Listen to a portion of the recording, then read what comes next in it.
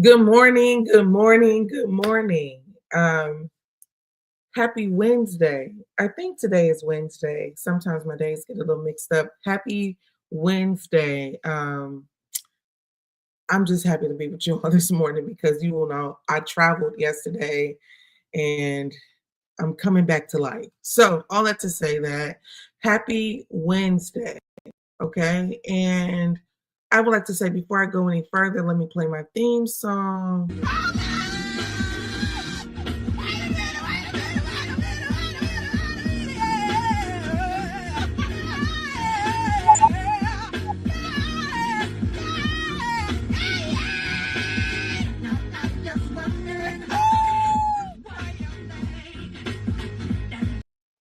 Don't you just love good music?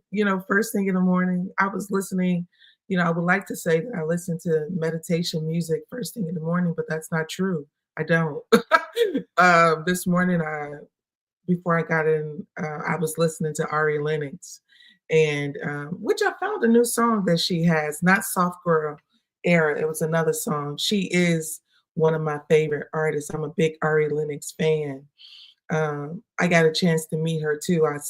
In Seattle. I traveled to her concert to see her in Seattle. I had never been to Seattle, so one of the things that I will do is, in order for me to see the world or go somewhere I've never been, I will just pick a time, a place where I would need to be there, and that would normally be that. Can you all hear me? Okay. I heard someone say they can't hear me on Instagram. Can you hear me on Instagram okay, or no? Can you hear me okay on Instagram or no? I'm hoping that Instagram catches up if they can or cannot hear me. Can you all hear me on Instagram or no?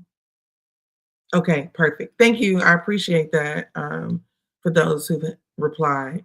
All right, really quickly, I'm going to say a really quick prayer. Heavenly Father, thank you so much for waking us up this morning. Thank you for allowing us to be on this side of the world.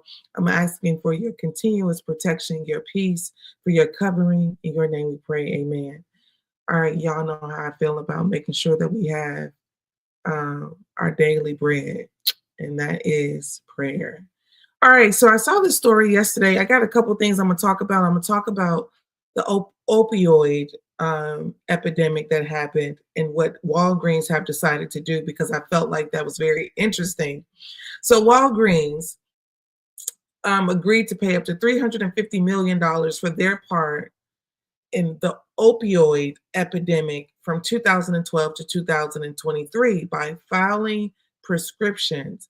So the role that Walgreens played in this epidemic is they were filing prescriptions. Some were ethical, some were not. They were literally just filing prescriptions. It was stated in the article, which I'm going to read to you. If you can just put Walgreens in the chat, that would be good. That will let me know that you can see what I'm talking about. Put Walgreens in the chat. So Walgreens to pay up to $350 million over illegal opioid prescription. Walgreens has agreed to a settlement of up to $350 million with the U.S. Justice Department for allegedly filling millions of invalid, listen to this, millions of invalid opioid prescriptions between 2012 and 2023. The DOJ says the company also sought federal reimbursements for many of those prescriptions through Medicare and other healthcare programs. The initial $300 million payment is based on Walgreens' financial situation, with an extra $50 million due if the company is sold or changes ownership by 2032. Federal officials claim Walgreens ignored red flags, pressured pharmacists to rush prescriptions, and blocked access to important internal data. This case is part of the broader government effort to fight the opioid crisis and hold companies accountable for unsafe practices. Somebody put, but what about crack, in the chat. This is yes. Who Who Demetrius is telling the truth. This is crazy. This is crazy. You have a corporation that is responsible for the role that it played in people's opioid addiction. And it's federal because they were filling prescriptions that shouldn't have been filled. They created an unethical work environment for pharmacists, which means that the objective was to hurry up and fill the prescription. And then it's federal because now you got these people that's addicted and everybody wants some form of accountability. Now, you also know the story behind the opioid addiction. This is what they did to put people, these are the painkillers. People were going to the doctor in some form of pain. They were going to the doctor for some form of, just pain. And they were becoming addicted. The entire philosophy was make it painkillers. People weren't even aware that they were becoming addicted to drugs because they were in pain. The one of the most fascinating reenactments of this through cinema was this TV show called Dope Sick. It's a very, very, very good series. It was on Hulu. It got some awards too, if I'm not mistaken. But the philosophy was even the doctors were behind it. So if you have the doctors, you have a patient that's in pain, you have a doctor that is committed to prescribing narcotics for the pain, and you have a company that is FDIC approved that presents these narcotics. They said that this should have been black labeled. This should have been black labeled. This should have been something that should have never been accessible to people, that was FDIC approved.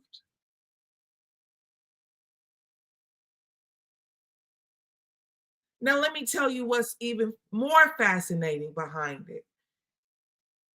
Once people became addicted to it, a lot of them, of course, couldn't wean themselves off of it because who wants to be in pain? So people would be in pain, and once they would get these drugs, the painkillers, they would be addicted to it and couldn't get off of it. And of course, a lot of this stuff just had a horrendous, catastrophic result.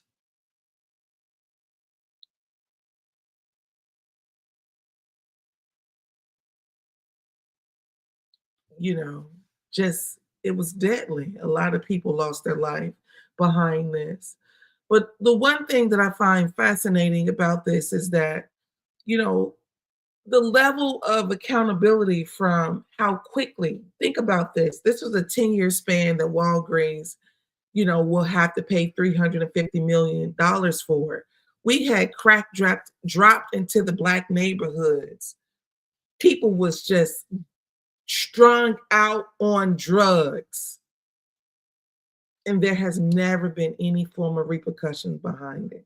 In fact, they dropped the crack off in our neighborhoods. Then our aunts and uncles become crackheads.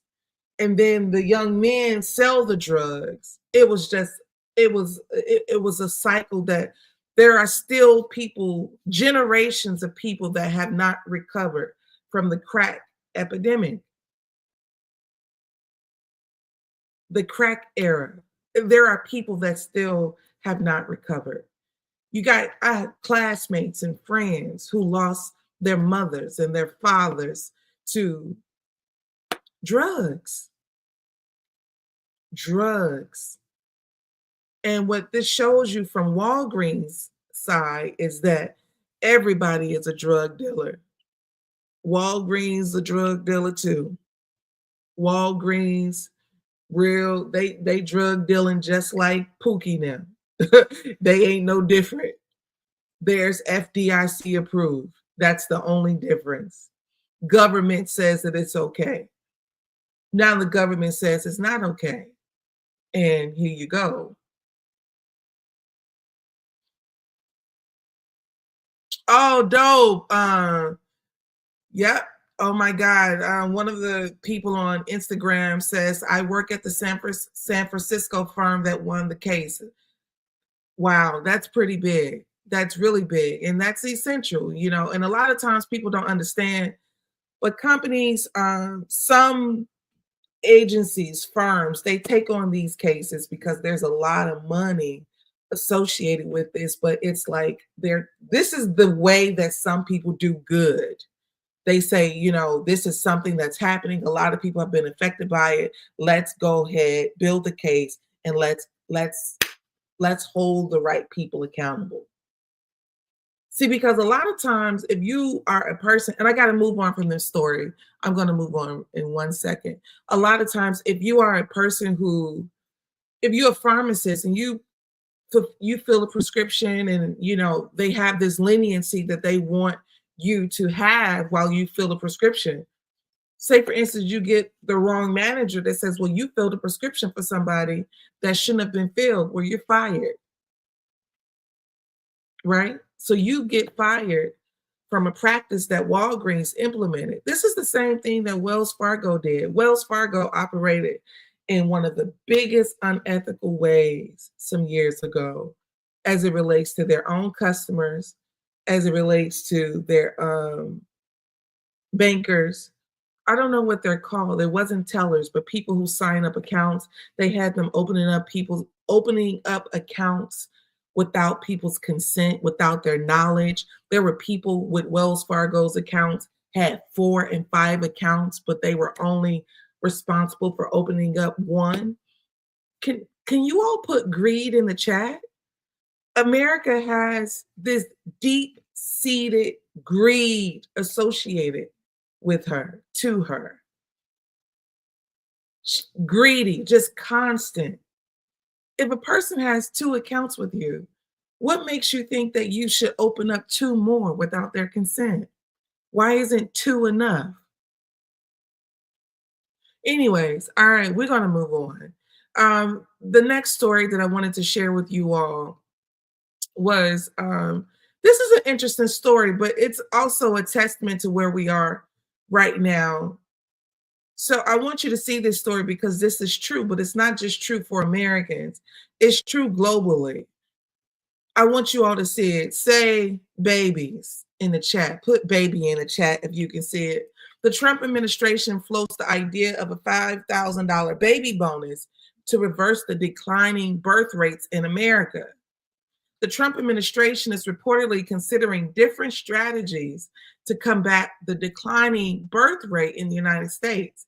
According to the CDC, the average number of births per woman has dropped from 2 in 1990 to just 1.6. I don't know what the hell this point 6 is, but 1 in 2023. Expert says that this is due to a mix of things: more households where both partners work, the high cost of living, and shifting cultural attitudes. This is true.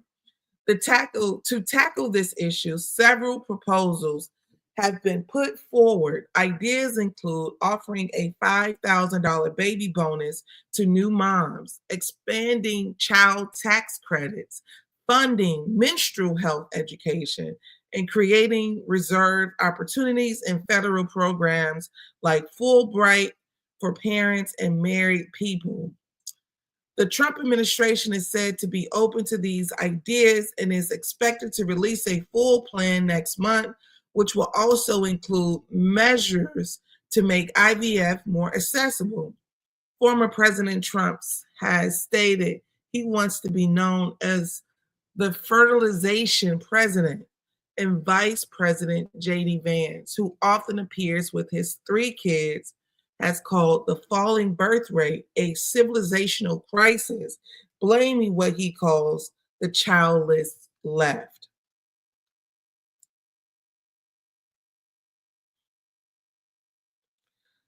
This is I want you all to know that this is a universal issue. This is a universal issue as it relates to the declining birth rate. Somebody say that people just don't want to have kids if they can't afford kids. People don't want to have kids if they have the ability to make the decision healthily. Like people also don't want to have kids, without a family. You have single people with kids is just what? Raising a child alone is not appealing, it's not healthy, and also it's very taxing. It's taxing emotionally, it's taxing physically, and to provide the best for a child, the circumstances that the world has put people in, the cultural shift plays a big part. Um, both parents, was a time when people were having lots of babies. People were also living off one income. When America shifted that people live off a two income household, that means the man and the woman are both working, and everything that's capitalistic is working against the family. So, therefore, people aren't interested in having children if they cannot afford the quality of life associated to having children.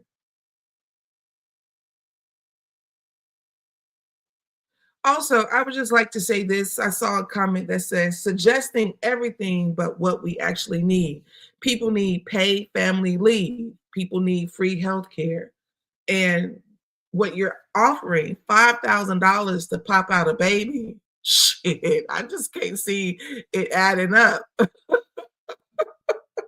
Like what five that $5,000 won't get the baby to what is needed to have a healthy life in the world. So I don't think that it's going to work. But I also want to share with you, China is in the same boat. I don't know if you can see this, but it says China attempts to boost birth rates amid mounting challenges. But I wanted to share that China also had the same issue. It still has the same issue, but they were on top of this issue in 2023 as well as 2022. Women in China, culturally, are declining to have children at a drastic rate. Um, of course, like we stated, even here in America, have shifted. Women need to work. So if women need to work, they don't want to work and carry children. They don't want to work and be fully responsible for children. So there is a cultural shift in having children just globally. There is a cultural shift globally. Um, Another thing that China did do as well is they had some deeper incentives. Like they were offering child care for the child, I believe, up until like maybe 5 years old, and some other incentives. Now, another thing that America does well is America tried to strong arm women into not having into having children. When they were having the conversations about abortions, that was also a tactic that they wanted to use to increase the birth rate. So these are all things that we're just having a global conversation right now of what's happening in the world. So let me ask you this: will you have a child just for $5,000? I think most people answer is no. I don't think people are considering that to have children. If you live in Atlanta, the one thing that you will notice is that the airport is going to have increased rates when you park your car at the airport. Take a look at this. Atlanta Airport to more than triple parking rates starting May 1st in just about a week, with hourly rates raising from $3 an hour to $10 per hour, and daily rates from $19 an hour to $30. a day. Parking at Hartsfield-Jackson Atlanta International Airport is about to get a lot more expensive starting May 1st, jumping from $3 to 10. Internationally, hourly lot daily costs could reach up to $100. Domestic terminal decks, $19 to $30. West decks, $16 to $30, $14 to $20. So what's happening is somebody say it's happening. That middle class extinction is in progress. They want to extinct the middle class, the people who feel like they have a little bit, they can travel, they can park their car, those who feel comfortable in doing that. It's a shift. America, remember, you got to remember, she's greedy. She's always squeezing every bit that she can. Demetrius, I like your name. That's my uncle's name. So when I see it, it makes me happy. Hi, Demetrius. Um, Demetrius Scott. I don't know who you are, but I like your name. Um, all that to say that, yeah, everybody is going to pay. Everybody is going to pay big time. And my partner says the middle class pays for everything, and they are going to ensure that is the case. All right, now let's talk about what's happening with our brother, Shannon Sharpe. All right, I don't know if you're up to date with what's going on with Shannon Sharpe, but it's a lot of stuff happening right now, currently. You have, do you see this video? I mean, do you see this picture? Um, if you see this picture, I want you to put Uncle Shay Shay in the chat. Uncle Shay Shay in the chat. I feel like I'm funnier than you all are giving me credit for this morning. Additional text revealed OnlyFans model Gabby confronted Shannon Sharpe over unprotected anal sex on the day of alleged sexual assault. I cried when you left because I begged you to put on a condom and not put it in my anal, but you didn't listen. So let's read this. According to TMZ Sports, additional text messages between Shannon Sharpe and OnlyFans model Gabby have been revealed. Messages show Gabby confronting Shannon after being upset because he allegedly didn't use a condom before engaging in sex with her. Dates of the messages show that this is all allegedly went down on January 2nd, the day she accused Sharpe of sexual assault. Gabby claimed she didn't know how to process what had just gone down. And in response, Sharpe asked if he could call her. It's unclear if the call ever took place. So this is a screenshot, I believe, of the text messages. This is also a photo of the OnlyFans model. I'm not sure if you can see it, but OnlyFans, OnlyFans. Now, a lot of people were saying that she's 19 and 20 years or 20. I am not certain if she's 19 or 20. Well, let's just say she's 20 to give her, a boost of a year from being 19. Um, my challenge in general is I will say that I every time I told you all, anybody who knows and who have been following me for a long time, I'm very sensitive to sexual assault. I don't have a way of having casual conversations surrounding sexual assault because it's such a serious matter. It's not a light-hearted thing. It's not easy to discuss sexual assault.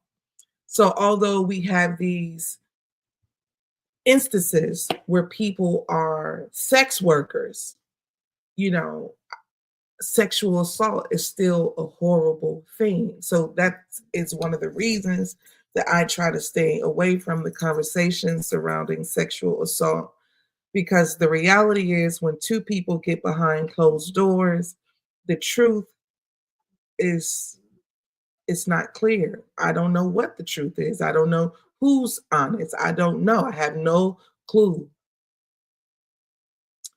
But here's what I want to say. Sometimes I personally feel like this is the theory, that your grandma used to say, what's done in the dark gonna come to light. They used to say all that type of shit when we was younger.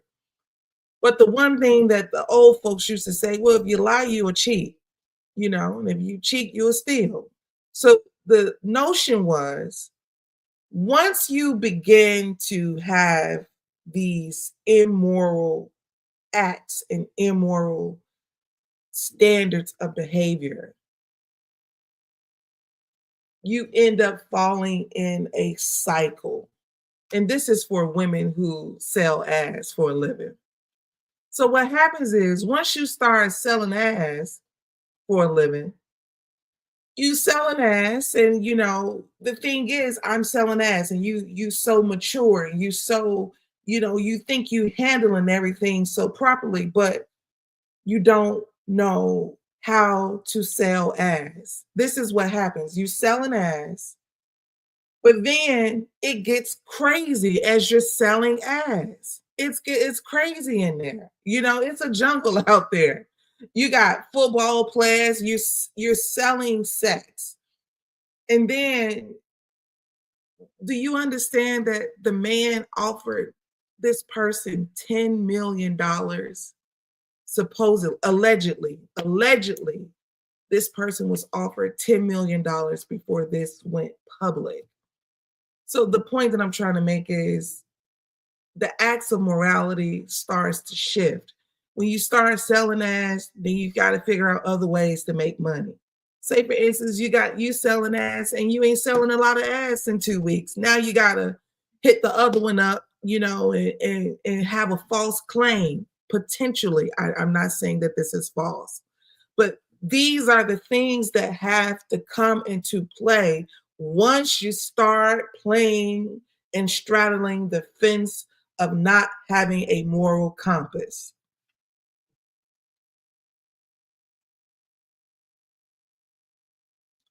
This is another thing. Why is Shannon Sharpe, as old, as mature as he is, why are you texting 20-year-olds? Because because of what? Why are you texting, hanging out, laying up with 19 and 20-year-olds, meeting up with 19 and 20-year-olds?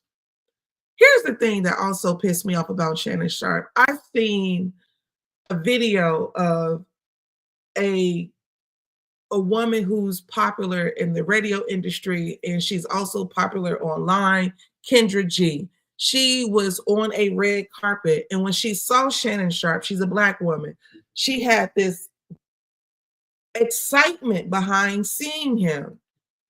And when I tell you this man acted as if she was, you know, I don't know. I don't want to give him a hard time just because maybe he was in a rush, maybe he had somewhere to be. But just know that he would never be caught texting a Black woman the way he was caught texting this white girl, the way his response was to Kendra G. So I wanted to share with you what Dr. Umar Johnson said. People are saying a man of his stature, like, why? I want you to know that people do not see themselves all the time the way that the world see them. So you have men that are wealthy, but don't care, all the time about that aspect of, feeling good. They need other spaces to feel good. They rather feel good in other spaces. They rather feel important in other spaces. I don't get the fetish I don't get it at all. Don't have the understanding why a man like Shannon Sharpe would have an interest in the words of Dr. Umar Johnson, the snow bunny. I don't know. But I will say this, from a societal standpoint, it has always been normal for men to desire young women. This is from a societal standpoint. I'm not even talking about 2025. I'm talking about centuries of us idolizing and worshiping youthfulness. Even in the entertainment industry, when women start to age, they don't have anywhere to place them. This is why so many women go out of their way to be beautiful. People go out of their way. I'm gonna have this, I'm gonna do that. I'm going to do everything that's possible to be appealing. But this is one of the reasons that I'm big on, I don't care what you do, where you go. If you don't feel that, if it ain't on the inside, baby, it ain't gonna show up on the outside. You can go to every doctor on the planet. They can fix every broken thing that you got on you that you feel like is ugly, that you feel like is wrong. If you don't feel good on the inside, it ain't a doctor on the planet that's gonna fix that. It ain't a doctor on a planet that's gonna fix your insides. That's the reality. So also too, yeah, fantasy does sell. The another white girl who's very popular on OnlyFans, she's bringing in supposedly $40 million a year. According to what was reported, she may be bringing in more than athletes, professional athletes. I said, damn, she don't even have to play basketball, volleyball. She just bringing them in. She's racking up $40 million. And I went to her page and I saw some celebrity men drooling over her. She looked like a plastic Barbie doll, built like one, but people can't, I don't know. People have their fetish, people have their interests, people have their fantasies. I am not the one to pretend like people aren't surprising. People are surprising. But the thing is, I just want to leave it at this right here. I'm going to say what I don't think any other podcast or social media personality can say is white women do to black men everything that they think that black women are going to do. People say, oh, no, you can't date no black woman. She going to mess your career up. Look at you. Look at you. You do it by yourself. You're going to blame black women. Black women ain't got nothing to do with that. Oh, no, black woman, she going to spend all your money. White woman, that 10 million didn't even work. Keisha would have took 4. Keisha would have took 2. She didn't even, and still kept your business out the streets. All that to say that what they say about black women is a lie. All the time. So I'm going to play this last clip from Dr. Umar Johnson. He tells Shannon Sharpe he says it best. Somebody put Dr. Umar Johnson in the chat, okay? Put Dr. Umar in the chat. I'm standing with Uncle Shannon because I don't like when black men get taken down. I got to stand by him. Yes, he's a lifetime snow bunny hopper. Yes, he's a lifetime snow bunny hopper, but that's my brother. Uncle Shannon Sharpe is my brother. I'm standing with Uncle Shannon Sharpe until the facts prove otherwise. I'm standing with Uncle Shannon Sharpe until the facts prove otherwise. If you cannot promise me that you will never seek the company of another snow bunny, I cannot stand with you. Uncle Shay Shay. Uncle Shay Shay. I'm standing with you, Unc. I think it's a scam. I'm standing with you, Unc. I think it's a scam. I'm standing with Uncle Shannon Sharpe on this one. I'm standing with Uncle Shannon Sharpe on this one, but Uncle Shay Shay, no more bunnies after this. Can somebody confirm if he's being accused by snow bunnies or Afro-Queens? I'm standing with Uncle Shannon because I don't like when black men get taken down. I got to stand by him. Yes, he's a lifetime snow bunny hopper. Yes, he's a lifetime snow bunny hopper, but that's my brother.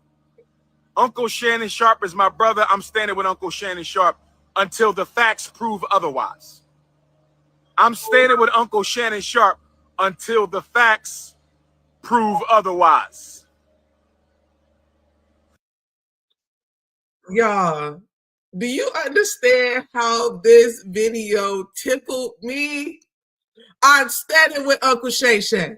Uncle Shay Shay, can you promise that you will stay away from the snow bunnies? Uncle Shay Shay.